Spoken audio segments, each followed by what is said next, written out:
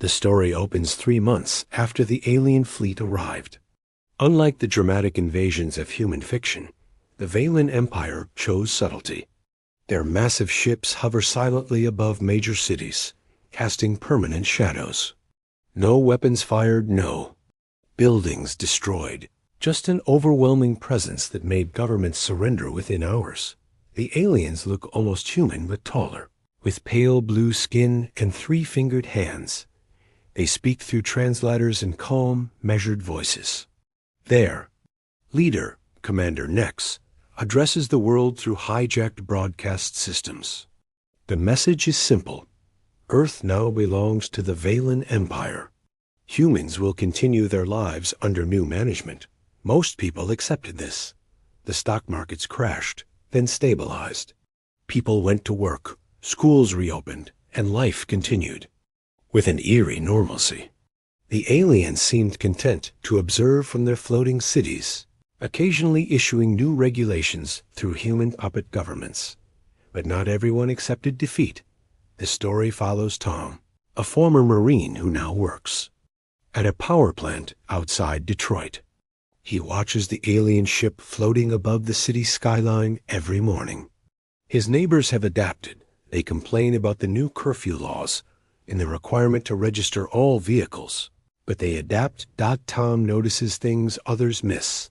The aliens never leave their ships except in small groups. They wear breathing apparatus, even though Earth's atmosphere should be compatible. Most importantly, they seem nervous. Their patrols stick to predictable routes.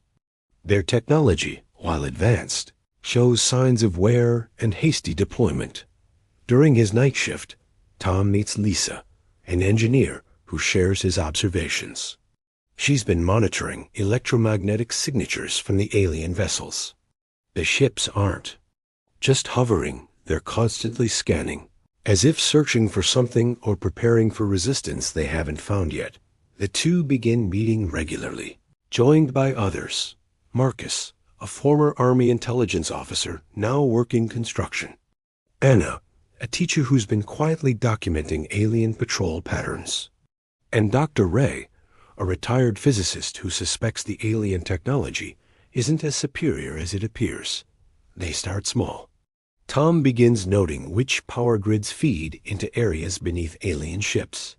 Lisa tracks communication patterns. Marcus identifies which humans have been recruited as collaborators and which alien positions might be vulnerable. The aliens, meanwhile, grow more comfortable. They begin landing more frequently, establishing ground bases and integrating their technology with human infrastructure. They start recruitment drives, offering better food and privileges to humans willing to work directly for them. But they also reveal their arrogance. Commander Nex gives another broadcast, explaining that humans are now part of the Valen Empire's expansion across 12 star systems. Earth was chosen not for its resources, but as a testing ground for pacification protocols.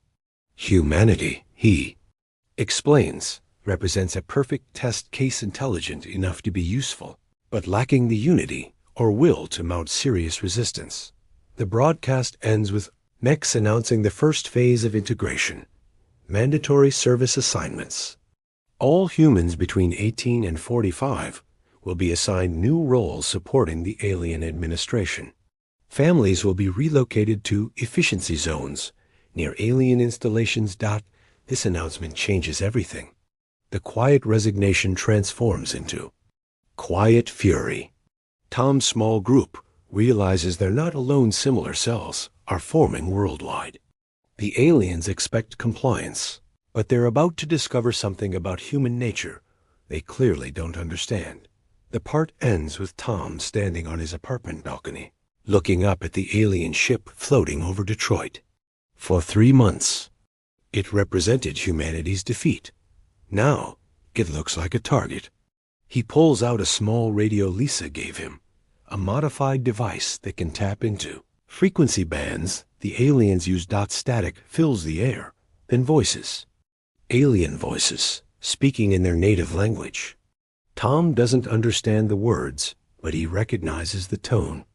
It's the same tone he heard from enemy forces in Afghanistan. Nervous chatter from occupiers in hostile territory. The aliens think they've won.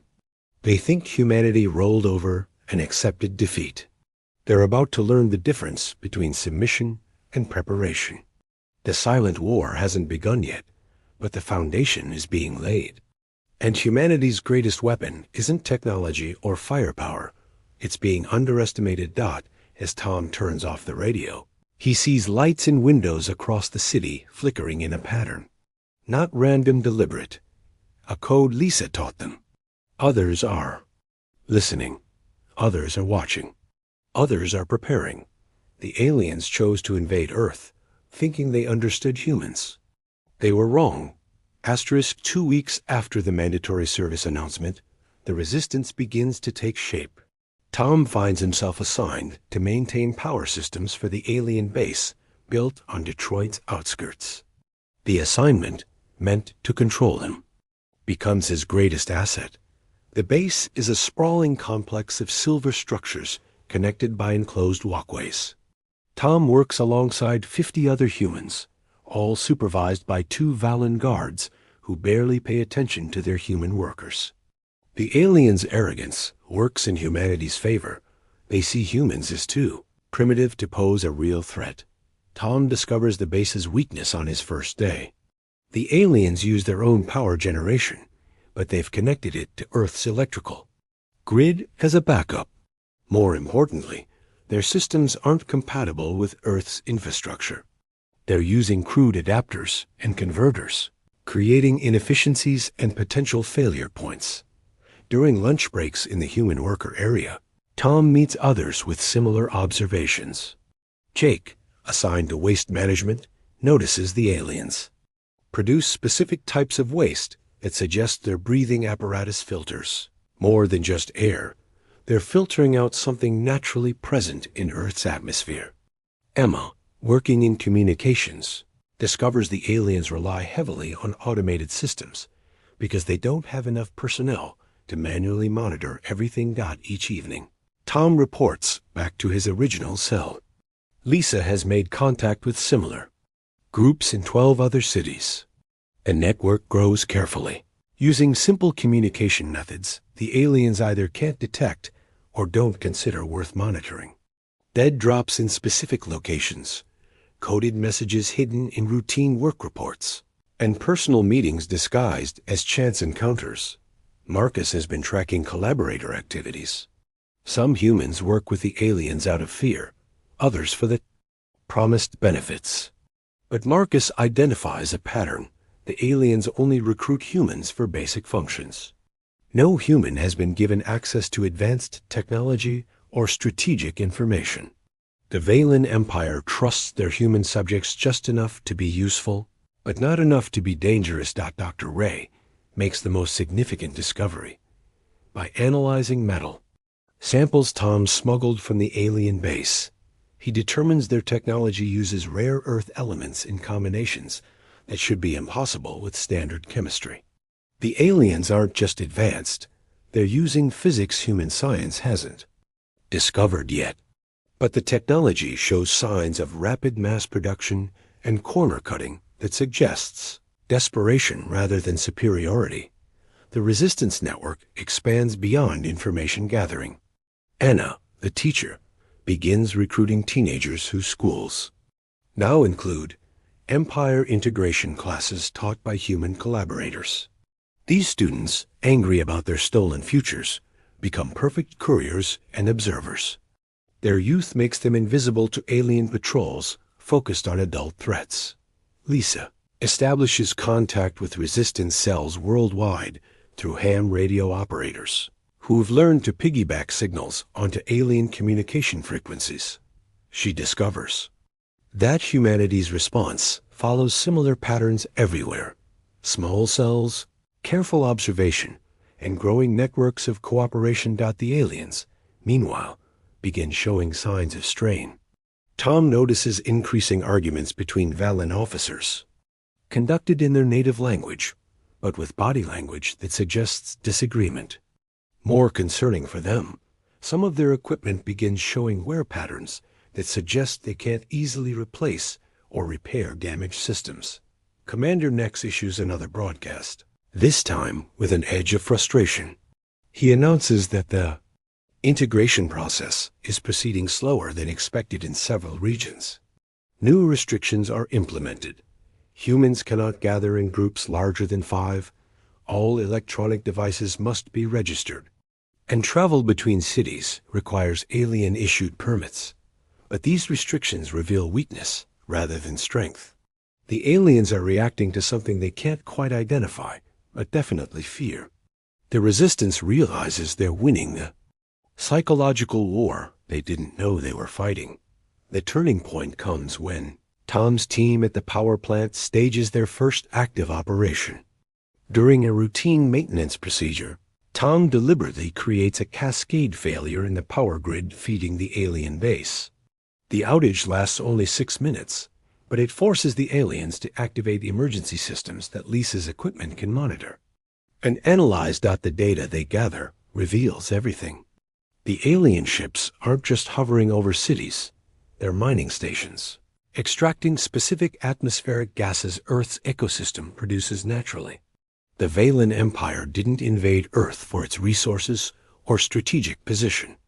They invaded because their home system is dying, and Earth's atmosphere contains trace elements their species needs to survive. The resistance finally understands what they're fighting. Not conquerors, but refugees. Desperate refugees with superior technology who chose invasion over negotiation because they assumed humans would refuse to help. They're wrong about human nature in 2 directions. Humans are both more dangerous and more compassionate than the Valen Empire imagined. The silent war is about to become very loud. Armed with the knowledge that the aliens are desperate refugees. Rather than confident conquerors, the resistance network faces a crucial decision. Tom Cell debates through several tense meetings whether to continue building toward open warfare or attempt communication. The discussion splits the group until Dr. Ray makes a disturbing discovery. While analyzing more smuggled alien technology, Ray finds evidence of systematic deception. The Valen Empire has been harvesting atmosphere from multiple worlds, not just Earth.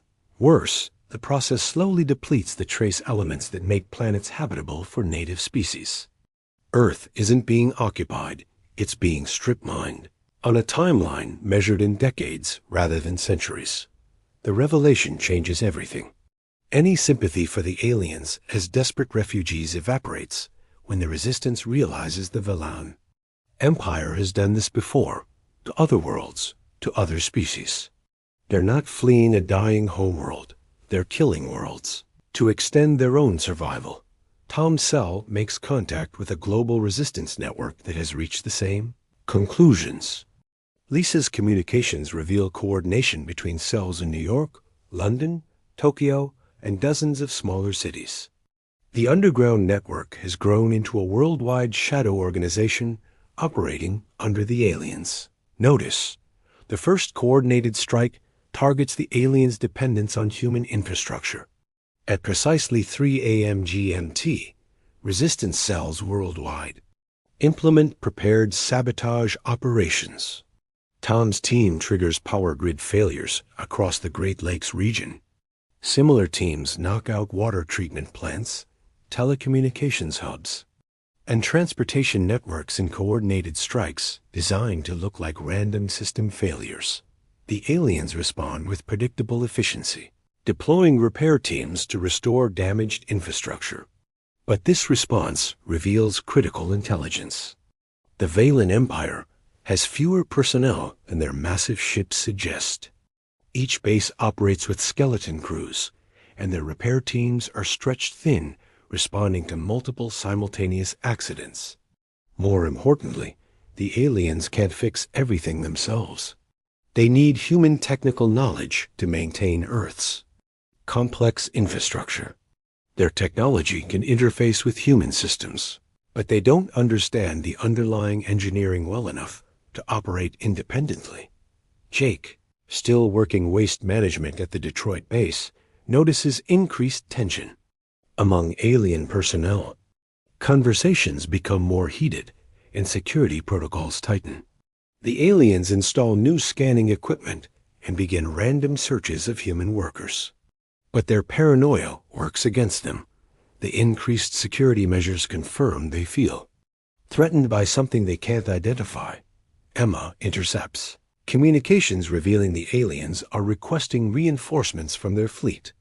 The messages suggest the Valen Empire's Earth operation is behind schedule and over budget. Commander Nex faces pressure from superiors, who expected faster integration and more efficient resource extraction. The Resistance capitalizes on this pressure by launching the second phase of operations. Instead of attacking infrastructure directly, they begin subtly sabotaging the alien resource extraction process. Tom discovers that the atmospheric mining stations require precise calibration to avoid damaging their own equipment while extracting trace elements. Small disruptions in power flow or electromagnetic interference can force expensive recalibrations and equipment replacements. Lisa coordinates a campaign of technical harassment. Resistance cells introduce minor faults in systems the aliens depend on: voltage fluctuations in power grids, frequency drift in communication networks, and timing errors in automated processes. None of the problems are severe enough to trigger major responses, but together they create constant inefficiency and equipment stress. The aliens' repair costs mount while their extraction efficiency drops. Dr. Ray's analysis of discarded alien equipment suggests they're burning through spare parts faster than expected and jury-rigging repairs with human components that aren't designed for their systems. Meanwhile, the Resistance network grows bolder. Anna's student recruits begin psychological operations, spreading rumors designed to increase paranoia among human collaborators. Stories circulate about collaborators disappearing, about aliens conducting secret experiments, about Resistance fighters with impossible abilities. Most stories are false, but they create an atmosphere of uncertainty that makes collaboration seem less attractive and Resistance seem more powerful than it actually is. The tipping point comes when Emma intercepts a transmission between Commander Nex and his superiors. The message reveals that Earth is one of 5 worlds currently being harvested, and that operations on 2 other planets have been suspended due to unexpected native resistance. The Valen Empire is struggling to maintain multiple occupations simultaneously. More critically, the transmission reveals a timeline. The atmospheric extraction process will reach irreversible levels within 18 months. After that point, Earth's ecosystem will begin a slow collapse that will make the planet uninhabitable for humans within a century. The Resistance realizes they're not just fighting for freedom, they're fighting for survival. And they have less than 18 months to win. Tom stands in the power plant control room, watching alien ships hover over Detroit's skyline.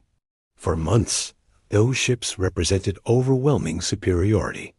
Now they look like what they really are: mining equipment, operated by desperate scavengers who bit off more than they can chew. The silent war is ending. The real war is about to begin. The 18-month deadline transforms the Resistance from a careful underground network into a desperate race against extinction. Tom's cell joins a global coordination effort that abandons stealth in favor of direct action. If humanity has less than 2 years to save their planet, subtle sabotage won't be enough. The transition begins with intelligence operations that reveal the full scope of alien vulnerability. Marcus, using his military experience, organizes surveillance teams that map every alien installation within a 100-mile radius of Detroit. The pattern is consistent: skeleton crews, over-reliance on automated systems, and critical dependence on human-maintained infrastructure. Lisa's communication network evolves into a command structure connecting Resistance cells across continents. She discovers that similar resistance movements on the other occupied worlds have been sharing intelligence through captured alien communication systems. Humanity isn't alone. 4 other species are simultaneously fighting the same enemy. Doctor Ray makes a breakthrough that changes the war's dynamics. His analysis reveals that the aliens' atmospheric mining technology is actually adapted from equipment designed for their home system's unique conditions. On Earth, the technology operates outside its optimal parameters, making it both less efficient and more vulnerable to destruction than the aliens realize. Asterisk. The first major victory comes when Tom's team successfully overloads the power systems feeding Detroit's main mining station. Instead of a brief outage, they create a cascade failure that destroys several pieces of irreplaceable alien equipment. The explosion is visible from miles away, and the psychological impact on both humans and aliens is immediate. Commander Nex responds with martial law. Curfews become total lockdowns. Human work assignments become forced labor, and any gathering of more than 2 people results in immediate detention. But the crackdown reveals the aliens' fundamental weakness. They don't have enough personnel to maintain control through force alone. The resistance exploits this by launching simultaneous uprisings in multiple cities. Not coordinated military strikes, but thousands of small acts of defiance that overwhelm alien security capabilities. Workers walk off jobs maintaining critical systems. Students stage protests that turn into riots. Even previously cooperative human administrators begin failing to implement alien directives. Jake leads a team that infiltrates the Detroit base during the chaos of citywide unrest. They discover the aliens' dirty secret. The mining equipment is breaking down faster than it can be repaired.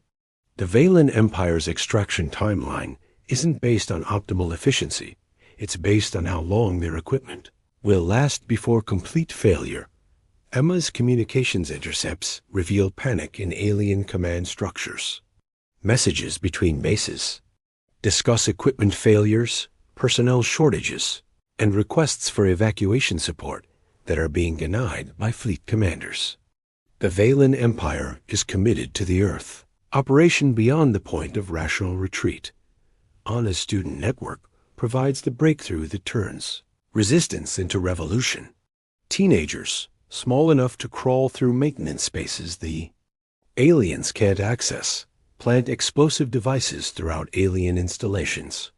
Not enough to destroy the bases, but enough to damage critical systems and force constant repairs. The global resistance coordinates the largest operation in human history, a simultaneous assault on alien mining stations worldwide. Tom's team in Detroit synchronizes with cells in 43 other cities to attack at precisely the same moment, preventing aliens from redirecting resources to threatened installations. The attack succeeds beyond expectations. Mining operations cease on 3 continents as explosions and system failures cascade through alien infrastructure. For the first time since the invasion began, alien ships begin retreating from their positions over major cities. But victory comes with a terrible discovery. Intercepted alien communications reveal that the Valen Empire has a contingency plan for failed harvesting operations. Rather than retreat completely, they intend to accelerate the atmospheric extraction process using backup equipment that will strip Earth's atmosphere in months rather than decades. The process will kill the aliens. Their breathing apparatus can't handle the toxic atmosphere that will result, but it will deny Earth to humanity while providing enough extracted elements to supply other Valen operations. If they can't have Earth's resources, they'll ensure no one else can either. Dr. Ray calculates the timeline.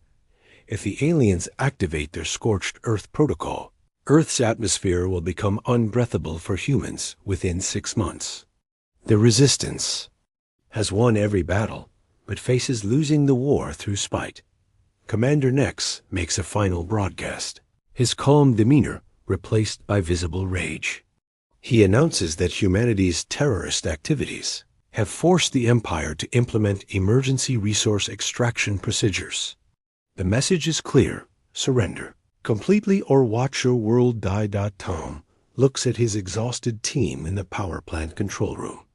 Outside, alien ships hover over Detroit, but now they look different. Not mining equipment, but weapons pointed at Earth's sky. The Resistance has 18 months to save their planet. The aliens just reduced that timeline to 6. The real war isn't ending. It's about to begin. Asterisk with 6 months until Earth's atmosphere becomes toxic. The Resistance faces an impossible situation. Military victory isn't enough. They need to completely drive off an enemy that would rather destroy Earth than lose it. The solution comes from an unexpected source: the other species fighting the Valen Empire. Lisa's communication network makes contact with Resistance movements on 2 other worlds through captured alien relay stations. The conversations reveal that the Valen Empire's scorched Earth tactics have been used before, but with one crucial detail: the process can be reversed if stopped within the first 30 days of implementation. Dr. Ray analyzes data shared by alien resistance networks and makes a startling discovery. The Valen Empire's atmospheric extraction technology doesn't just harvest trace elements, it creates them. The aliens aren't refugees from a dying homeworld. They're addicts dependent on artificially enhanced atmosphere that their own technology produces and depletes. The revelation reframes everything. The Valen Empire moves from world to world, not because they need to, but because their technology creates dependency cycles that require constant expansion. They're not desperate survivors. They're victims of their own success, trapped in a system that demands endless growth to maintain their enhanced physiology. Tom's team realizes this knowledge is their weapon. Instead of destroying alien equipment, they begin capturing it intact. Jake leads infiltration missions that seize atmospheric processors rather than sabotaging them. Emma coordinates intelligence operations that map the complete alien supply chain from extraction to distribution. The breakthrough comes when Anna's student network discovers alien medical facilities hidden beneath Detroit's main base. The facilities contain hundreds of Valen personnel in various stages of atmospheric dependency withdrawal. The skeleton crews operating Earth's bases aren't minimal staffing. They're the only aliens healthy enough to function in Earth's natural atmosphere. Marcus pieces together the final element of alien vulnerability. The Valen Empire's fleet isn't hovering over Earth's cities to intimidate. It's quarantined there. Their ships contain thousands of aliens too dependent on processed atmosphere to survive planet-side operations, but too sick to return to their homeworld where stronger atmospheric enhancement would kill them. The Resistance formulates a plan that goes beyond military victory to complete strategic defeat. Instead of fighting the aliens, they offer to cure them. Dr. Ray leads a team that reverse engineers alien atmospheric processing technology to create withdrawal treatment protocols. The plan is audacious: heal the aliens of their technological addiction and offer them partnership instead of conquest. Tom coordinates the most complex operation in human history. Resistance cells worldwide simultaneously seize control of alien atmospheric processing stations and begin modifying them to produce withdrawal treatment instead of enhanced atmosphere. The process is risky. Failure means triggering the scorched Earth protocol immediately. The operation succeeds beyond expectations. As aliens throughout Earth's occupation force begin receiving treatment instead of their expected atmospheric enhancement, the withdrawal symptoms create panic in their command structure. But the treatment works, gradually reducing their dependence on artificially enhanced atmosphere. Commander Nex, facing mutiny from his own forces as they realize they're being offered genuine medical help rather than destruction, agrees to negotiations. The conversation reveals the full tragedy of the Valen Empire, a species that achieved technological transcendence only to become enslaved by their own innovations. The final resolution is unprecedented in human history. Instead of defeating the aliens through warfare, humanity defeats them through compassion. The atmospheric extraction process is reversed within the 30-day window. Earth's ecosystem begins recovering, and the Valen Empire's expansion ends not through military defeat, but through medical intervention. Tom stands in the power plant, control room 6 months later, watching alien ships depart Earth's orbit. But they're not retreating, they're returning to their homeworld, equipped with withdrawal treatment technology and the knowledge that sustainable civilization doesn't require endless expansion. The aliens leave behind technology and knowledge that will advance human civilization by centuries, not as tribute or apology, but as partnership. Some Valens choose to remain on Earth, working with human scientists to develop sustainable atmospheric processing that benefits both species. Lisa's communication network becomes the foundation for interstellar diplomacy, connecting Earth with resistance movements on other worlds who are now liberation movements. The Valen Empire's collapse creates a power vacuum that humanity and their new allies fill with cooperation rather than conquest. Dr. Ray establishes research centers that study the intersection of technology and biological dependency, ensuring that humanity's rapid advancement doesn't repeat the Valen Empire's mistakes. The knowledge that technological transcendence can become technological slavery becomes the foundation of human expansion into space. The story ends with Tom teaching his children about the invasion, explaining that humanity's greatest victory came not from superior firepower or clever tactics, but from understanding that even enemies can be healed rather than destroyed. Chose to invade Earth expecting conquest. They discovered compassion instead. Humanity's silent war ended not with victory, but with redemption. Asterisk.